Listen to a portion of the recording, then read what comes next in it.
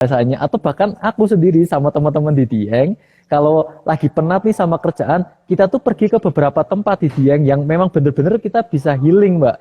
Salah satunya ada di Pangonan, Savana Pangonan. Itu merupakan eh, padang rumput seluas hampir 80-an hektar, Mbak, sangat luas. Di situ bener-bener kanan kirinya hutan, cekungan gitu, Mbak, di tengah-tengahnya padang rumput, tidak ada suara-suara bising dari pedesaan sama sekali. Di situ tuh kita bisa benar-benar ngecas energi kita, benar-benar kita introspeksi diri kita. Oh, kita kemarin udah ngapain aja.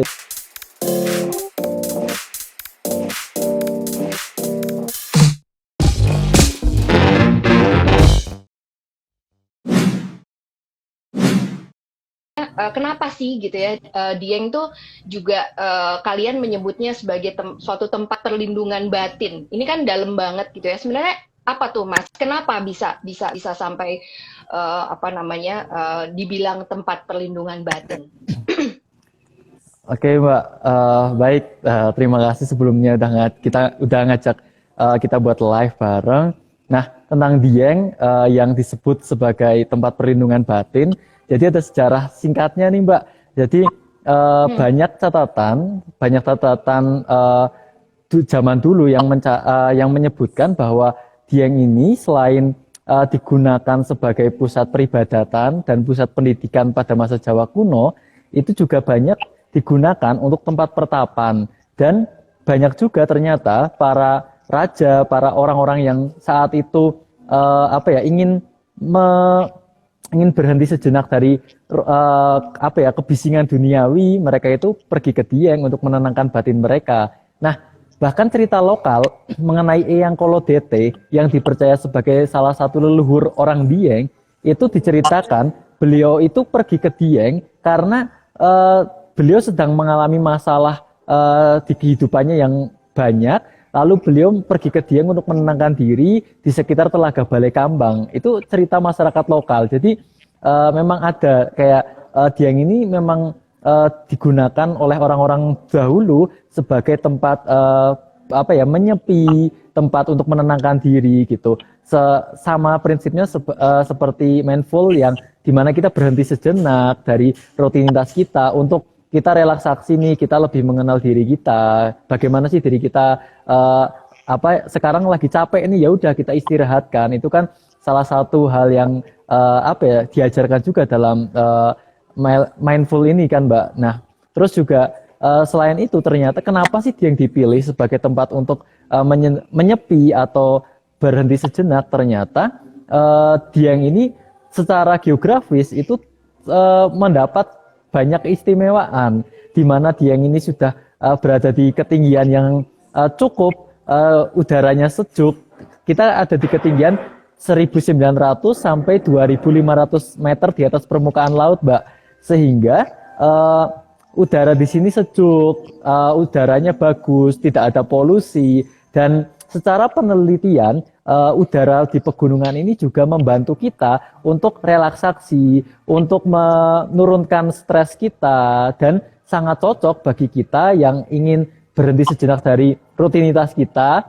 Kita coba untuk kita coba untuk merelaksasikan diri kita lagi, kayak mood kita yang udah buruk nih, udah kena deadline terus nih, kerjaan.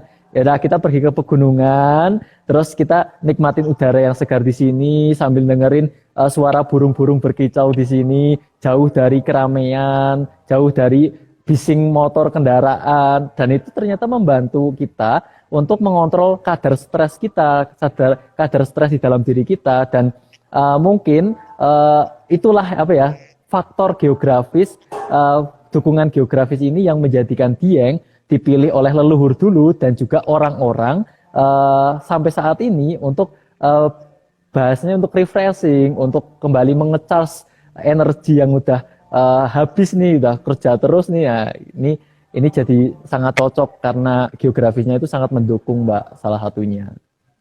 Selain kalau misalnya di gunung, di tempat mana lagi di Dieng? Apakah hanya di gunung atau ada di kan Dieng juga ada pemukiman dan sebagainya. Apakah ada di area-area lain yang memang tempatnya memang bisa dibilang juga untuk sebagai ya masuk dalam perlindungan batin, dan kayak apa tuh Mas tempatnya selain di gunung itu? Oke, yang unik di Dieng ini selain pegunungan, maksudnya selain kita di gunung ya, kalau dulu mungkin seluruh dataran Dieng ini pegunungan, sehingga orang mau sampai ke Dieng langsung bisa relaksasi. Tapi untuk saat ini kan Dieng juga sebagian kawasannya sudah berupa pemukiman, Mbak. Jadi untuk saat ini teman-teman yang pengen menyepi bahasanya, atau bahkan aku sendiri sama teman-teman di Dieng, kalau lagi penat nih sama kerjaan, kita tuh pergi ke beberapa tempat di Dieng yang memang benar-benar kita bisa healing, Mbak. Salah satunya ada di Pangonan, Savana Pangonan. Itu merupakan padang rumput seluas hampir 80-an hektar, Mbak, sangat luas. Di situ benar-benar kanan kirinya hutan, cekungan gitu, Mbak, di tengah-tengahnya padang rumput, tidak ada suara-suara bising dari pedesaan sama sekali. Di situ tuh kita bisa benar-benar ngecas energi kita, benar-benar kita introspeksi diri kita. Oh, kita kemarin udah ngapain aja ya gitu.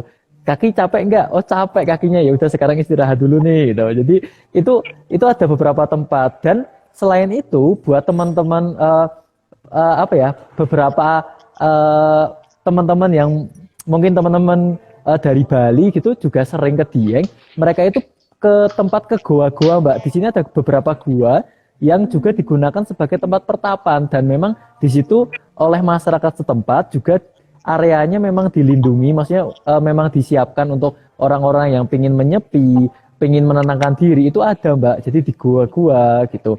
Dan ada lagi tempatnya, kadang kita nemu tempat-tempat untuk healing itu justru di belakang pemukiman penduduk, ada bukit kecil, Mbak. Ada bukit kecil, dari situ kita bisa melihat Dieng gitu, tapi juga di situ kita cuma dengar angin, suara angin sama suara burung, sama sekali nggak ada orang yang lewat di situ gitu. Itu jadi banyak tempat-tempat seperti itu, Mbak. Kita teman-teman biasanya itu, Mbak, ke Pangonan, ke Savana yang benar-benar clear dari suara-suara bising yang bagus.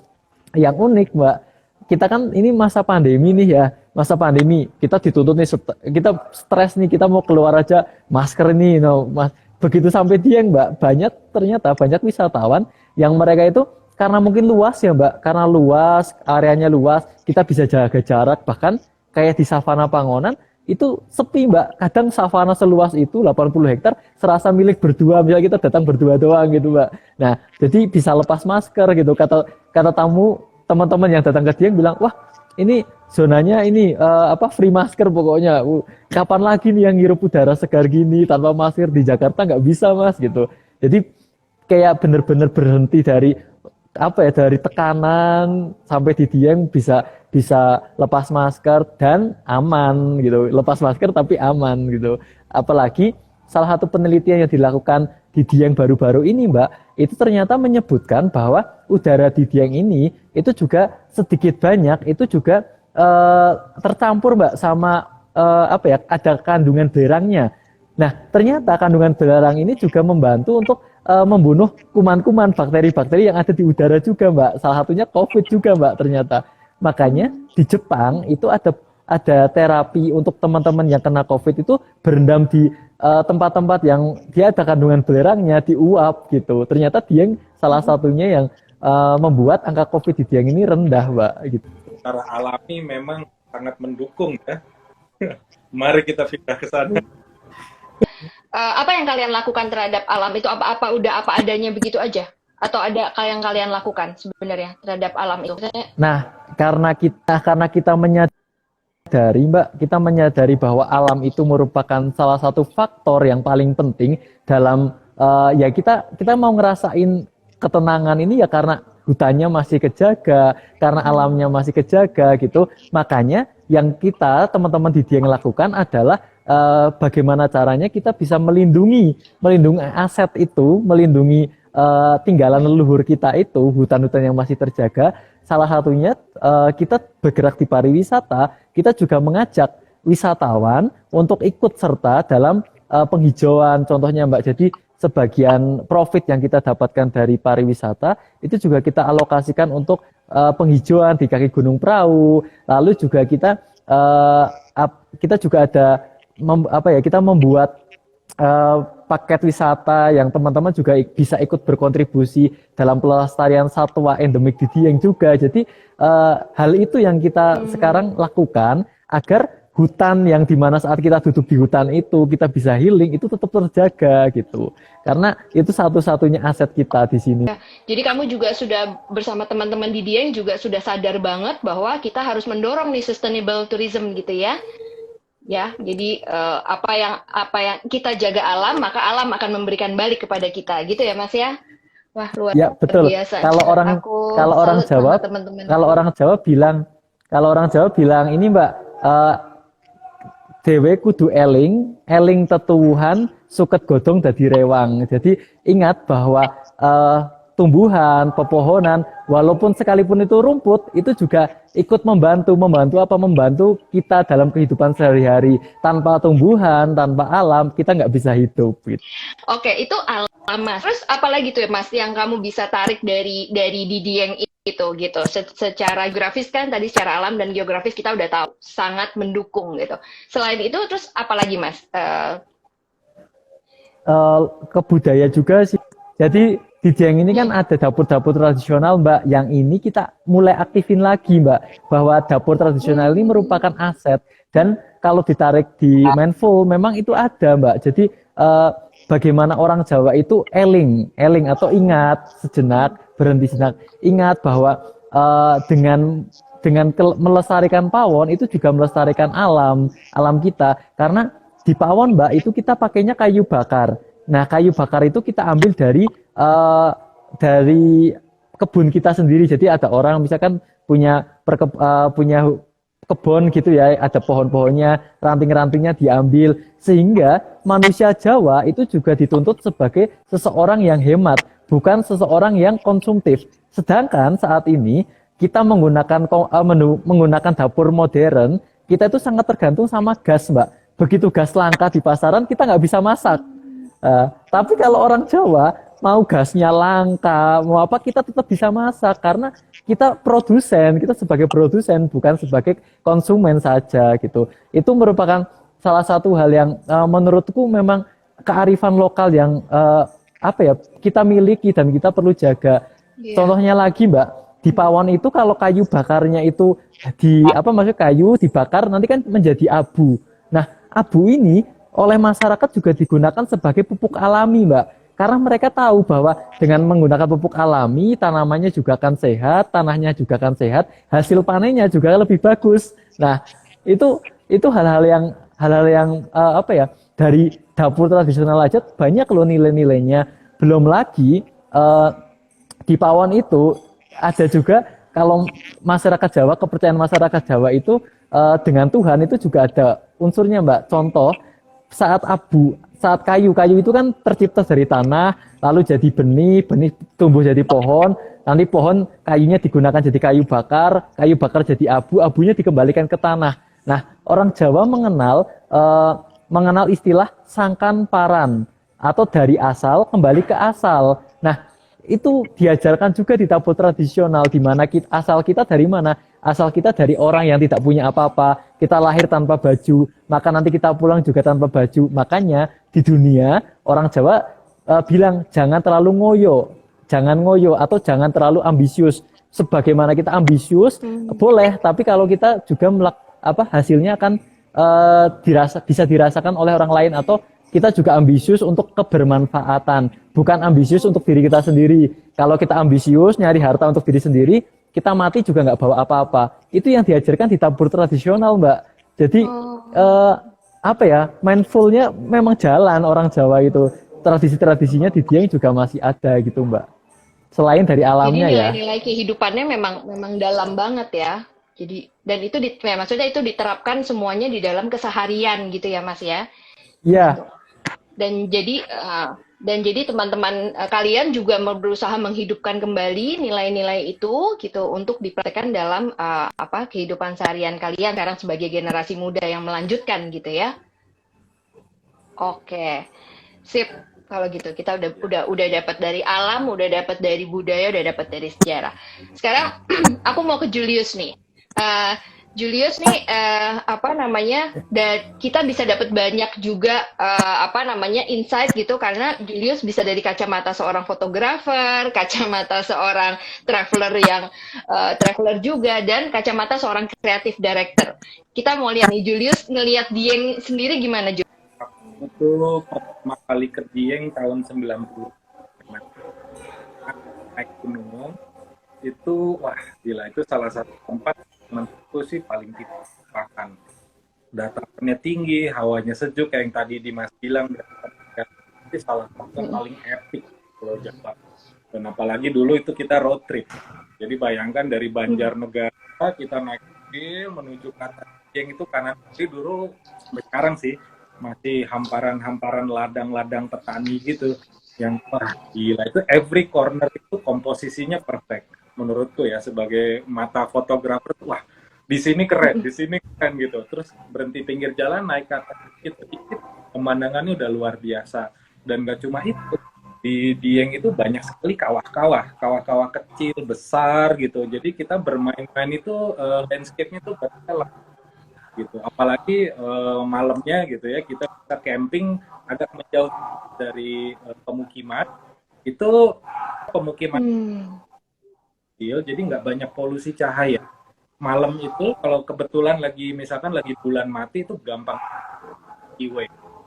Jadi kita ngeliat tuh bintang tuh juta. Kalau kita di Jakarta lihat 3 bintang aja udah syukur, udah seneng gitu, ngeliat wah gitu 3 bintang. Kita ke Dieng malam-malam itu wah juta bintang-bintang, kita foto-foto, liatin wah rasi bintang nih gitu. Yang ini rasi bintangnya apa, kan kalau di tempat sama penduduk lokal, guide lokal, kita bisa bertanya rasi-rasi bintang Jawa itu apa, dicocokkan dengan astrologi, misalkan yang kenal zodiak ini gitu kan, jadi seru banget tuh. Udah.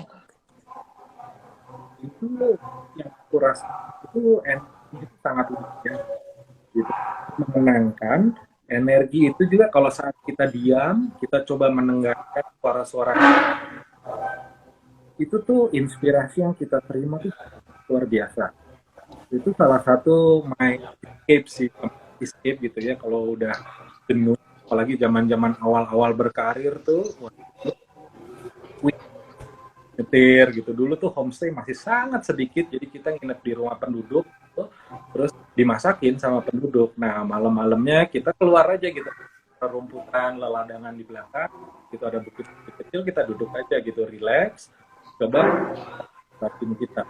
Dan ternyata setiap kali aku kesana tuh apa ya, inspirasi yang didapat tuh luar biasa gitu. Terus kan ini apa kok bisa begini gitu, tapi itu jarang seperti itu. Ternyata aku sempat baca ada jurnal penelitian dari mereka itu konsep ya, dan itu ternyata itu ada satu chamber yang sangat Merapi Merbabu dan terhubung ke Gunung Lawu. Jadi itu sebuah, kalau bisa itu potensial besar. Kalau dihitung 100 km lebih. Nah, bayangkan gitu ya, molten lava itu kan banyak unsur metal, unsur magnetik yang berputar di bawah. Mereka kan mengalir terus kan, tak pernah diem. Nah, bayangin magnet angkasa itu berputar, ya, itu rasanya energinya sekali. Nah, mungkin itu yang bikin aku selalu apa ya, kayak bertanya-tanya, ini tempat luar biasa banget gitu. Dan ternyata sejarahnya pun mendukung. Dari dulu sejak ribuan tahun tempat itu ajar apa. Jadi ternyata banget tuh sama yang tadi cerita. Kalau pun betapa orang dulu kan mencari inspirasinya gitu, mencari obat Tuhan gitu, dari ketenangan batin itu kan nyingkir gitu dari keramaian. Mereka bermeditasi, bertapa itu untuk mendapatkan apa yang mereka cari. Ternyata itu sangat relate dunia modern kita gitu, dimana saat kita udah mumet, udah ribet gitu, penuh dengan polusi udara, polusi suara terutama, dan energi ya, di kota besar itu kan polusi energi sangat besar, banyak splatter energi yang bikin kok bisa jadi mood bisa turun gitu loh. Nah kita kembali ke Dieng di mana posisinya udah tinggi gitu loh. Kalau katanya polusi cahayanya udah bersih, wah kita benar-benar kayak kayaknya cocok gitu. Kita mencari inspirasi. Ini cocok buat para penulis, kreatif director, buat para sutradara gitu. Kira sangat cocok. Minimal buat aku pribadi itu sangat cocok. Bisa. Jadi kayak detox sebenarnya ya Jul ya. Nggak cuma Jadi kita kayak kita memanfaatkan alam, kita coba mengkonek lagi dengan alam, ternyata kita bisa ya, belajar gitu. Jadi inspirasi yang kita dapat itu kita berhak alam sekitar dengan sang pencipta gitu, dengan alam manusianya juga, itu kita mencari keseimbangan kembali gitu. Nah, kita menemukan keseimbangan itulah inspirasi itu masuk dengan derasnya. Jadi ya, kayaknya sih memang itu ya, mungkin rahasianya kalau di Dieng itu sudah turun temurun, itu udah menjadi kearifan lokal mereka di sana gitu, bahkan seluruh Jawa. iya. Makanya kenapa di Hyang mungkin nanti bisa dijelaskan gitu, memang gitu. Jadi emang luar biasa banget itu tempat gitu. Iya. Secara alam juga ketika kita di sana kita memang didorong untuk memang bersatu kembali, grounding lagi sama alam gitu ya. Mau nggak mau juga dan bebas polusi suara dan sebagainya membuat kita kan menjadi lebih konsentrasi, lebih fokus gitu ya. Akhirnya sebenarnya kreativitas dan sebagainya tuh ibaratnya otot-otot kita semua, otot-otot mental kita tuh semua jadi aktif gitu kan ya. Gitu. Karena Kan kondisi alam. berada di magma chamber yang sangat besar, lalu posisi kita Iya. tuh udah tinggi di atas. Iya, Perputaran benar. kita berada di atas piramid gitu loh. Itu ada geometri. Iya, benar. Gue yakin Iya. bakal dikritis. Iya, so it make sense gitu loh jadinya. Kenapa ketika di sana energi kita seperti terisi gitu ya energinya gitu. Menurut Oke. Hera, Terus Mas, aku kenapa? Sorry. buat aku sih nggak heran ya, dulu itu Jawa bisa membangun peradaban yang sangat tinggi dengan filosofi yang sangat mendalam, dengan spiritualitas yang sangat tinggi, didukung dengan alamnya. Gitu. Makanya kita belajar lagi gitu ya, tentang filosofi Jawa untuk kita relate gitu loh. Kita ambil ilmu-ilmunya yang zaman dulu, lalu kita Iya. apa sih tantangan yang kita hadapi sekarang. Nah, solusi baru itu harus bisa didapatkan dari inspirasi kearifan lokal tersebut. Nanti makanya aku penasaran nih, ketemu Dimas pengen ngobrol tuh karena itu pengen kearifan lokal di sana gitu loh. Apa yang kita bisa relate dengan misalkan teknologi terbaru kah, industri terbaru, kita gabungkan keduanya. Wah, itu gokil sih gitu. Iya, benar. Iya, itu jadi diskusi yang nggak habis-habisnya tuh nanti tuh Jul gitu kan. Terus iya, kita bisa relasikan dengan kondisi kita di saat ini gitu. Karena kan itu memang suatu mereka kan punya suatu nilai-nilai yang memang itu adalah kebenaran gitu kan sebenarnya kan gitu yang kita bisa bawa ke dalam kehidupan kita di saat ini gitu kan. Luar biasa tuh aset yang sangat bernilai banget gitu. Dan terima kasih buat teman-teman muda di Dieng ya, Jul ya, bahwa mereka sudah memulai menyadari itu semua, menjaganya dan kemudian sharing sama kita semua gitu, dengan spirit juga untuk menjaga gitu ya. Gitu. Mas, kalau misalnya kamu kan juga ndalemin aksara Jawa nih, dari si aksara Jawanya apa yang kamu temukan? Nah, jadi kalau kita bicara aksara ya Mbak, jadi kan menurutku aksara itu juga salah satu bentuk kesadaran dari nenek moyang kita. Bagaimana mereka menuliskan prasasti menggunakan aksara, itu karena mereka sadar betul bahwa dengan mereka menuliskan, maka orang-orang seperti kita, penerusnya, generasi selanjutnya seperti kita, bisa melihat jejak-jejak masa lalu. Bagaimana mereka menuliskan kitab-kitab tentang obat-obatan, itu zaman dulu ya, ada ilmu tentang obat-obatan, ada ilmu tentang agama juga, bagaimana kepercayaan, ilmu-ilmu tentang tata kenegaraan, itu mereka tulis agar generasi selanjutnya itu bisa belajar dari masa lalu. Itu benar-benar dari kesadaran. Kalau mereka nggak punya kesadaran, mereka nggak akan menuliskan itu. Tuh. Karena mereka sadar betul bahwa ilmu yang mereka saat itu ada, itu mereka sadar bahwa itu penting untuk kehidupan selanjutnya, maka mereka menuliskan dengan aksara. Jadi dalam dengan bahasa lain, aksara merupakan penghubung. Aksara merupakan penghubung kesadaran masa lalu untuk kesadaran masa kini di generasi saat ini juga gitu loh Mbak. Jadi dengan aksara itu kita bisa belajar dari masa lalu gitu. Kamu menemukan si serat-serat itu? Iya, jadi kalau teman-teman juga pasti banyak yang membaca serat-serat kalau misal dari Dieng sendiri itu ada beberapa prasasti.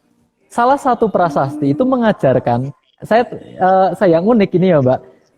Prasasti ini ditulis pasti karena nenek moyang kita itu pingin agar kita itu hidup damai, hidup rukun. Kenapa? Di salah satu prasasti itu dituliskan bahwa setiap masyarakat Hindu yang membangun candi di Dieng, mereka saat melakukan ritual sima atau melakukan ritual peresmian candi, itu mereka akan mengundang biku-biku Buddha dari Wonosobo, dari dataran Wonosobo menuju atas, menuju Dieng untuk menyaksikan ritual peresmian candi atau bangunan suci. Dan saat mereka pulang, dihadiahkan berupa kain sutra, perhiasan, buah-buahan.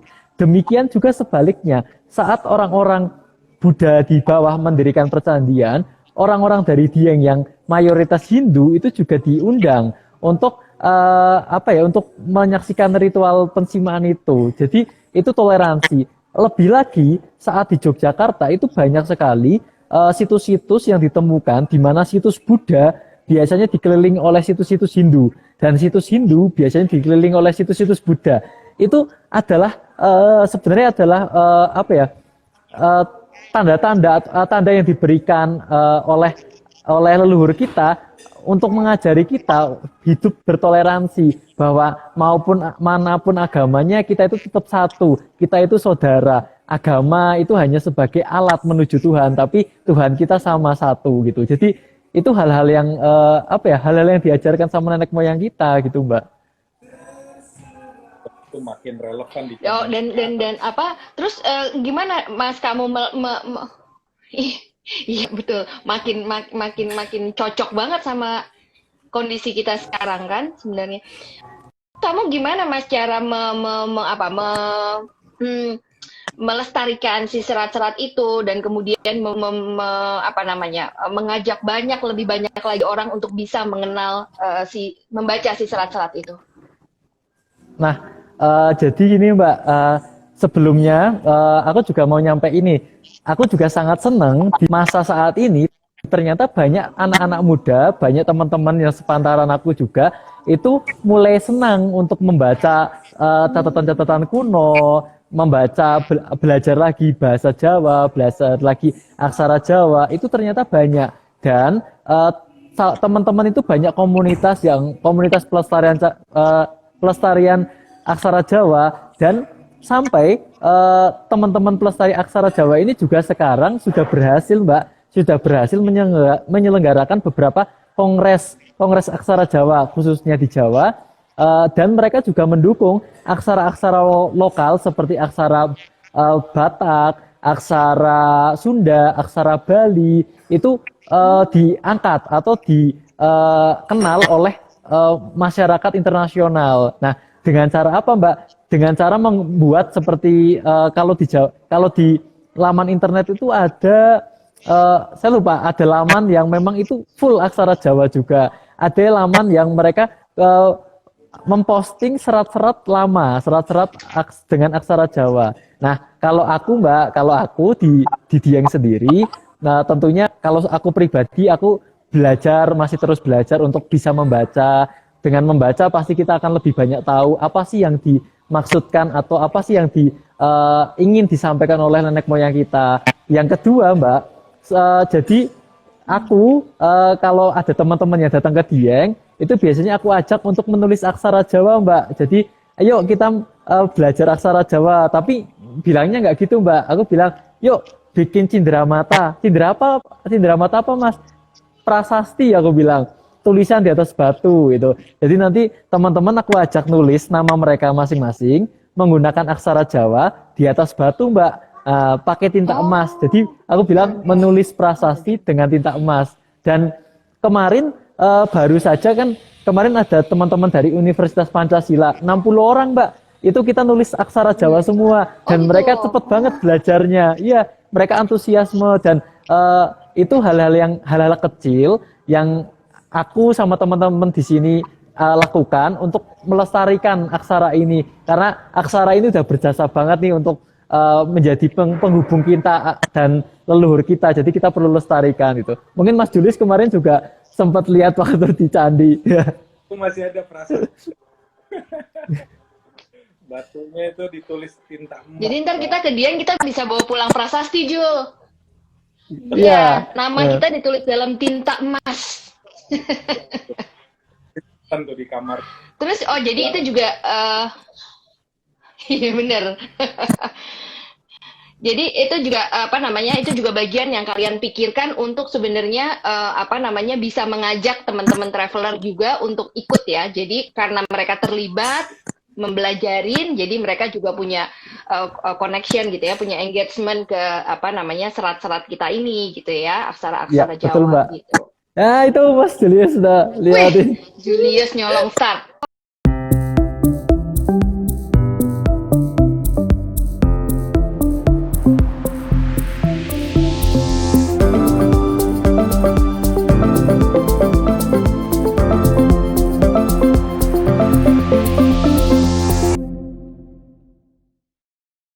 Ke Dieng itu bisa banget untuk mindful traveling ya. Nah, Bisa banget, Mbak. benar. Apapun judulnya itu bisa tempat yang inspiring, beneran deh. Oke. Tuh, Julius sudah testimoni, kita bukan cukup, kita harus percayalah sama seorang Julius. Seorang Julius.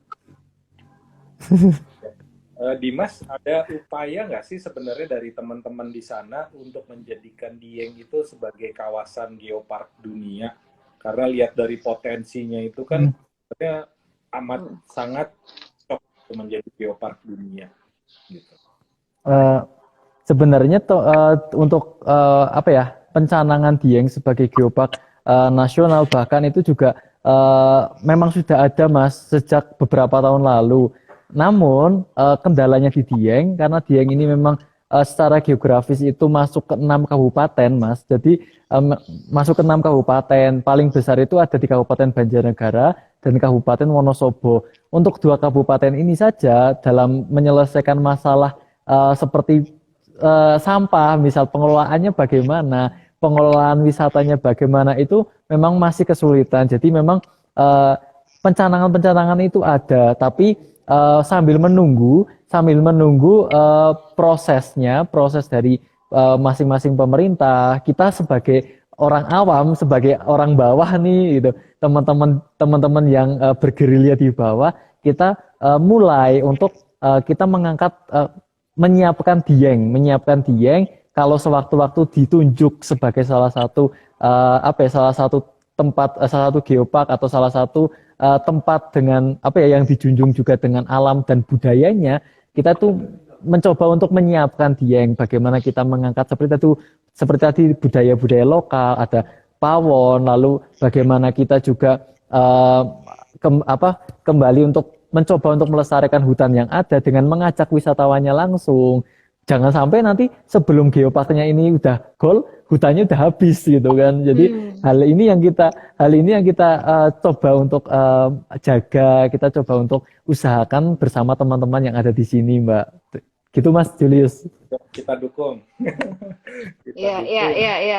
Paling tidak ada yang bisa kita lakukan saat ini gitu ya Mas ya, untuk mendukung nanti kalau misalnya memang geopark itu kemudian direalisasikan gitu ya. Juga tuh kalau Dieng tuh masuk Kabupaten Wonosobo atau Banjarnegara. Untuk Diengnya sendiri secara geografis, Dieng merupakan bekas gunung api purba Mbak, lalu yang kita menjadi kaldera, banyak kawah, banyak telaga. Pegunungan Diengnya itu masuk ke 6 kabupaten besar, ada Banjarnegara, Wonosobo, Temanggung, Kendal, Batang, dan Pekalongan. Nah, untuk kawasan wisata yang biasa kita kenal itu masuk ke 2 kabupaten besar, Mbak, Kabupaten Banjarnegara dan Kabupaten Wonosobo. Sekitar 80% masuk Kabupaten Banjarnegara, sekitar 20% kawasan wisata populernya masuk wilayah Wonosobo, Mbak. Dan tadi juga tanya untuk pengelola nih masalah sampah gitu. Kita nggak bosan-bosan menyampaikan ini, bahkan tadi ada orang dari kementerian, kemarin juga ada orang dari kementerian, kita selalu tagih. Saya pribadi itu karena ada kedekatan juga dengan salah satu orang di kementerian, saya bilang, Pak, PR kita itu sampah di Dieng, ayo kita selesaiin sampah di Dieng gimana? Bapaknya pernah bilang, oh iya udah kita bikin blueprint pengolahan sampah di Dieng. Cuma saat saya menyampaikan juga ke Dinas Pariwisata di Kabupaten Banjar, Pak Kepala Dinas Pariwisata Banjar juga bilang bahwa untuk masalah sampah di Dieng nggak bisa kita selesaiin cuma 1 kabupaten gitu. Minimal Banjar dan Wonosobo ada penengahnya gitu. Agar karena misal kayak Banjar cuma ngajak nih, yang ngajak Wonosobo kan, wah aku nggak kebagian wisatanya, nggak diambil gitu. Padahal kita itu harusnya bareng-bareng untuk ngurusin masalah sampah, ngurusin masalah hutan itu harus bareng-bareng. Jadi memang PR-nya masih banyak dan minta doanya dan juga minta dukungan teman-teman, support juga. Ada yang bisa membantu kita, ayo ke Dieng kita diskusi buat nyelesain bareng-bareng permasalahan-permasalahan klasik di Dieng. Ya, ya, ya. Ya mungkin yang perlu juga adalah tanpa menunggu pemerintah, mungkin pemerintah ada tugasnya sendiri, kita mungkin sebagai traveler juga ke sana mulai menjadi traveler yang bertanggung jawab gitu mungkin ya Mas ya, itu yang bisa kita lakukan paling tidak gitu. Ya betul, kita juga ngajak teman-teman yang mau ke Dieng, kita udah mulai untuk menghimbau, teman-teman bawa tumbler sendiri ya, bawa tote bag sendiri ya, gitu. Yuk kalau misalnya beli oleh-oleh nggak usah minta plastik kresek lagi gitu. Kita udah mulai ngajak teman-teman gitu. Dan kadang kita juga ke pasar, kita ngajak wisatawan, ngajak teman-teman ke pasar Batur, terus kita beli tote bag dari bekas karung goni, karung bekas itu Mbak, kita beli gitu. Jadi biar teman-teman juga bisa ikut juga berkontribusi terhadap kebersihan di Dieng gitu Mbak. Ya, selain kebersihan di Dieng, kita jadi bisa juga beli produk lokal kan, teman-teman juga yang memproduksi terbantu gitu ya Mas ya. Sekarang suhunya berapa sih Mas di Dieng? Untuk malam ini suhunya di angka 11 sampai 14 derajat. Jadi cukup hangat karena biasanya kita sampai 8 sampai 7 derajat waktu malam hari ya. Nanti menjelang pagi hari biasanya semakin dingin. Nah, untuk malam ini karena ada awan, jadi langit kita lagi agak mendung nih Mbak. Karena lagi mendung, jadi agak hangat. Kalau bintangnya banyak, biasanya dingin di Dieng. Terus Jul, ada ini nggak Jul? Insight lain nggak as a traveler atau sebagai fotografer untuk ini bisa membekali kita juga nih nanti untuk jangan lupa untuk kalau ke Dieng apa yang mesti kita jangan sampai lewatkan. Kalau ke Dieng, favoritku sih gunung pecinta alam itu naik gunung perahu itu menurutku satu yang gampang dicapai dan cepat, lalu sangat rewarding. Begitu sampai kita di puncak itu tuh pemandangannya itu 200 derajat gitu loh, dan banyak puncak-puncak gunung kayak Merbabu, Merapi, Sumbing, Sundoro, Gunung Lawu kadang-kadang kelihatan, Gunung Slamet kadang-kadang kelihatan, belum yang kelihatan lah itu kelihatan semua. Dan bayangin sunrise lagi kondisi seperti itu, awan di bawah, gunung kelihatan. Priceless banget ya. Priceless banget. Terus malamnya kalau lagi cerah itu ngelihat bintang, Milky Way sampai meteor, meteorit gitu. Kalau besar itu bisa kelihatan semua. Dan itu naiknya paling 2 jam. Gitu. 2 jam. Kan 3 jam itu naiknya tuh kayak gitu. Jadi buat para pemula yang baru mulai naik gunung itu gitu. Ketagihan malah. Tanya aja di Mas, kan teman berapa banyak pemula yang ketagihan gara-gara itu. Gitu. Ini serius nih, pemula bakalan bisa nih. Anak kecil pun bisa. Gunung Prau itu juga salah satu gunung yang direkomendasikan untuk para pendaki pemula, Mbak. Karena trekkingnya nggak terlalu Oke. jauh. Jadi kita naik perahu itu di ketinggian 2.500 mdpl, itu kita udah terbantu pakai mobil, Mbak, sampai ketinggian 2.000 mdpl. Jadi kalau secara hitung-hitungan kita cuma naik sekitar 500 meteran ke atasnya gitu. Selamat. Aku dengar perahu ditutup sekarang, benar nggak? Gimana? Untuk pendakian perahunya dibuka, Mbak. Cuma karena kemarin itu ada kasus beberapa ada pendaki memang yang ini yang ada musibah, terkena musibah di Gunung Prau, tapi tetap buka, Mbak. Jadi nanti kalau teman-teman yang mau tahu update Gunung Prau juga bisa langsung tanya juga ke Dieng.travel. Mau tanya aja perahu sekarang buka atau enggak, syarat-syarat pendakian perahu di masa sekarang apa, kayak ada surat vaksin atau enggak, atau perlu ini surat sehat atau enggak, bisa langsung tanya-tanya langsung juga, Mbak, gitu. Oh, Kita siap oke. jawab. Oke. Tapi jadi saat ini sih sekarang sih bisa dibuka ya. Ya, Cuman nanti buka. teman-teman sebaiknya cek dulu gitu ya. Takutnya nanti ada ketentuan yang dengan kondisi tertentu lagi berubah Ya. gitu ya. Jadi nanti bisa cek dulu gitu. Oke. Waduh, ini nih Mas guna ya Jul ya. Ini gunanya kita juga tetap melakukan apa namanya virtual seperti ini ya gitu. Jadi kayaknya kan walaupun kita secara virtual, tapi kita dapat apa ya, connection-nya dapat gitu ya, personal connection-nya kita dapat, harapannya kita mulai muncul gitu ya, kita tetap terkoneksi gitu. Pengen deh nanti suatu apa, kalau kondisinya kita masing-masing juga udah pas, udah tepat, kita punya keinginan gitu untuk pergi lagi gitu ya gitu. Dia mau hunting kemana jalur yang mudah? Singkat aja Mas nanti. Kalau mau hunting kemana dan ambil jalur yang mudah, itu kemana? Ke Gunung Prau. Kalau mau hunting ke Gunung Prau, kalau hunting ke Gunung Prau bisa lewat Patak Banteng, tapi jalannya cukup terjal. Tapi kalau teman-teman yang pemula pengen jalannya agak landai, bisa lewat pos pendakian Basecamp Dieng. Nanti jadi kita lewat atas punggung bukitnya gitu. Pokoknya teman-teman yang mau tanya lebih lanjut bisa langsung tanya ke Dieng.travel juga. Nanti kita jawab kok. Kita jawab pertanyaan-pertanyaan teman-teman tentang wisata di Dieng.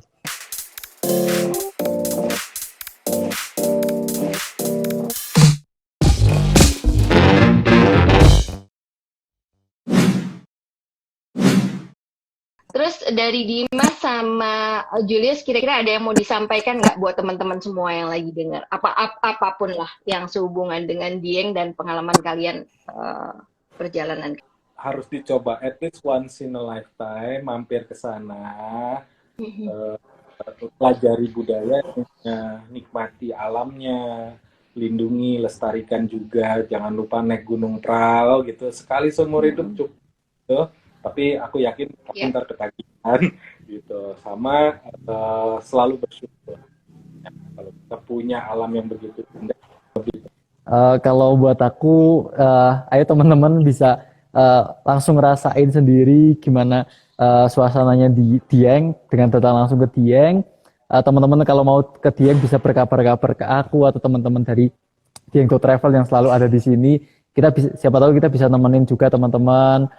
Dan aku pesan juga teman-teman kalau ke sini teman-teman di sini selain tadi itu kayaknya indah dan lain-lain, tapi juga harus ada yang dipersiapkan. Teman-teman sebelum datang ke Dieng harus tahu fisiknya karena di sini suhunya cukup ekstrim. Jadi teman-teman harus tahu kondisi tubuh juga. Jangan sampai teman-teman di sini mau healing, bukannya healing malah nanti repot karena kita nggak tahu sih nggak tahu kondisi badan kita gitu. Karena beberapa orang memang ada yang nggak tahan dingin, jadi mereka sampai sini nggak sampai nginep, mereka pulang lagi. Itu juga ada karena mereka nggak tahan dingin. Jadi pesanku teman-teman yang mau datang ke sini bisa cek kondisi badan dulu gitu, dan pastiin tubuhnya dalam keadaan sehat. Dan teman-teman yang berkunjung ke sini yaitu sama kayak Mas Julius, tetap jaga alamnya, tetap jaga kebersihan di sini. Sebisa mungkin teman-teman juga menghormati adat kebiasaan yang ada di sini juga kalau datang ke sini gitu. Kayak aku tuh sering lihat ada tamu yang kadang masuk candi tapi alas kakinya nggak dilepas gitu, kayak kadang marah gitu, tapi ya udah gimana, waktu diingatin orangnya kadang ada yang nggak terima, dan itu kayak sesuatu hal yang menurutku perlu nih saat kita berkunjung ke sesuatu tempat, kita menghormati tempatnya juga gitu. Dan teman-teman mau apa ya? Coba teman-teman rasain baik maupun apa ya, salah sadar atau nggak sadar saat kita itu menghormati tempat tersebut, saat kita juga menjaga apa ya, menjaga kebersihan di situ, sekecil itu ya, menjaga kebersihan itu secara apa ya, secara alam bukan alam ya, secara di dimensi lain itu para leluhur kita itu juga ikut mendoakan kita. Karena kita hidup itu berdampingan juga, nggak cuma manusia gitu. Jadi mereka juga itu juga mendoakan kita dengan hal baik gitu. Dan walaupun misal nggak kayak gitu, ada orang nih ya, misal aku lihat orang buang sampah sembarangan, kalau aku sebel, aku bisa doain yang jelek, tapi mungkin gara-gara kita membantu petugas kebersihannya buang sampah pada tempatnya, petugas kebersihannya juga doain kita yang baik. Jadi dengan menjaga kebersihan aja sekecil itu manfaatnya sangat banyak gitu. Iya, benar. Oke, Mas. Iya, kita sama-sama saling ingatkan sebagai traveler ya, untuk sama-sama jaga alamnya. Kalau bisa aku summary-kan, ternyata dia yang udah dari dulu bertautan dengan hidup berkesadaran ya, atau yang kita sekarang nih kita kenal dengan mindfulness gitu. Jadi didukung oleh alam, geografi, sejarah, budaya, kita bisa katakan bahwa Dieng adalah tempat yang tepat untuk kita berhenti sejenak dari kebisingan kita, dari kesibukan kita, sehingga kita punya waktu gitu untuk berjalan ke dalam diri, bertemu kembali, terkoneksi kembali dengan diri kita dan alam, yang kemudian kita menjadi siap kembali untuk beraktivitas.